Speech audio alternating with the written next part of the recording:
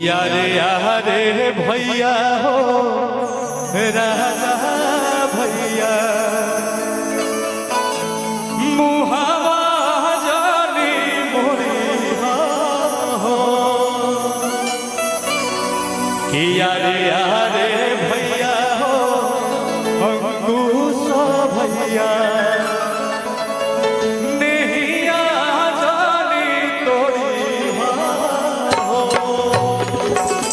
सबसे पहले कि रखिया हो तोहरी कलैया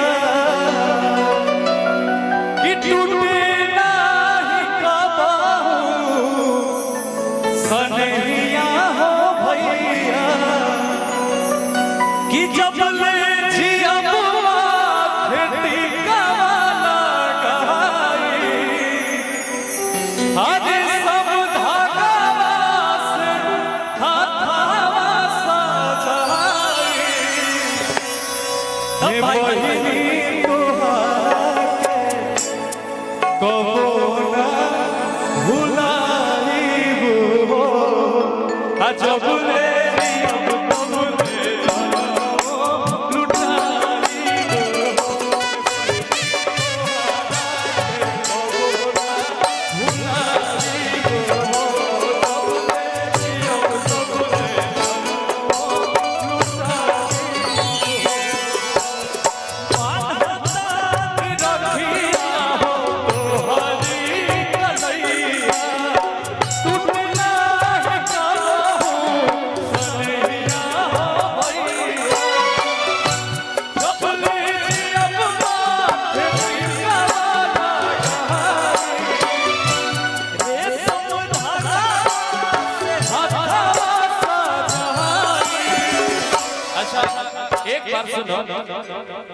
प्रभु खातिर सब लोग हाथ उठैल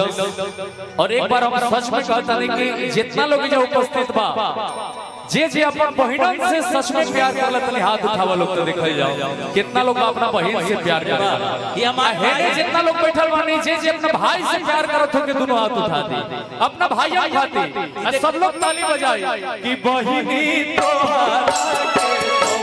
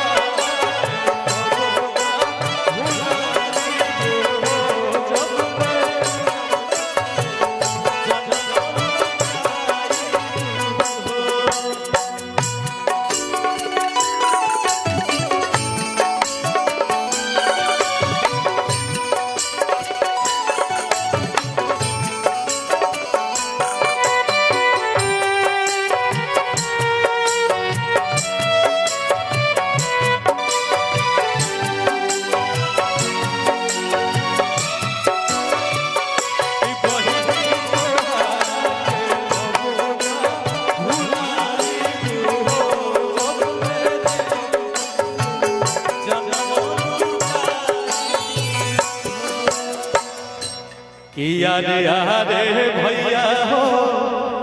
राजा भैया इन्हिया जानी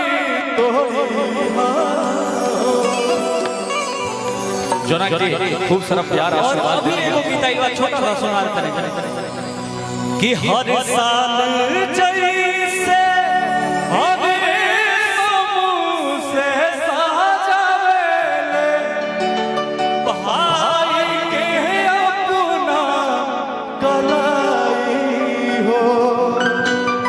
हमने के पारिवारिक गीत ऐसे गा रहल बने भैया हम एकदम दिल से बताओ नहीं ऐसा बड़ा पारिवारिक माहौल बा और अपना भोजपुरी खातिर हमने के हर वक्त कुछ ना कुछ अच्छा गावे की कोशिश करे नहीं जा तू बढ़िया चीज ऐसा ना रखल जी तो फिर कहां रखल जाए उहे भाव कि हर साल जैसे समूह से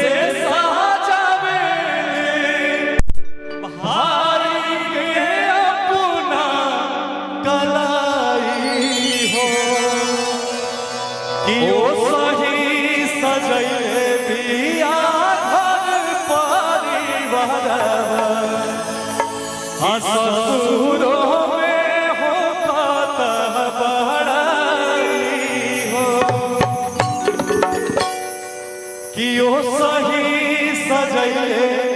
बियाह घर परिवार कि ससुरों में हो खाता बड़ाई हो। मेजर लगा लो। और एगो बजरंगबली के भी एगो भाव कहे कि हनुमान जी के आराधना भी भइल भाई जा तो जाते जाते वो हनुमान जी के भी भजन बा आराधना करते हैं अपने दोनों भाई भी कलयुग के बिल्कुल साक्षात भगवान श्री हनुमान जी महाराज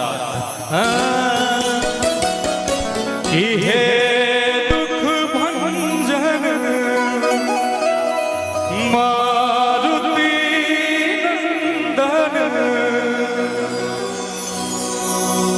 सुन लो मेरी पुकार पवन सुत बिनती बारंबार पवन सुत बिनती बारंबार अष्ट सिद्धि नव निधि के दाता दुखियों के तुम भाग्य विधाता सिया राम के काज सवारो सिया राम के काज सवारो कर दुखों से पार पवन सुत बिनती पवन सुत बिनती बारंबार पवन सुत बिनती बारंबार हे दुख भंजन मारुति नंदन हे दुख भंजन मारुति नंदन सुन लो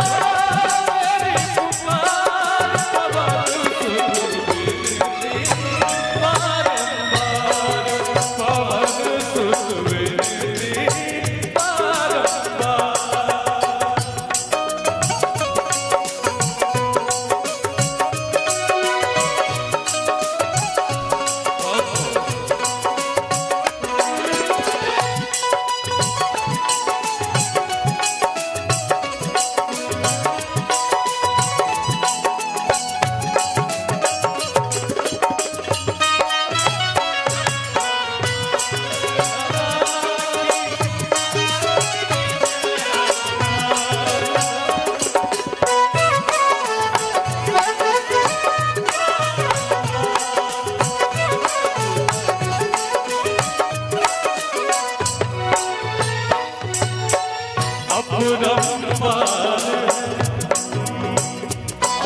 अपरंपार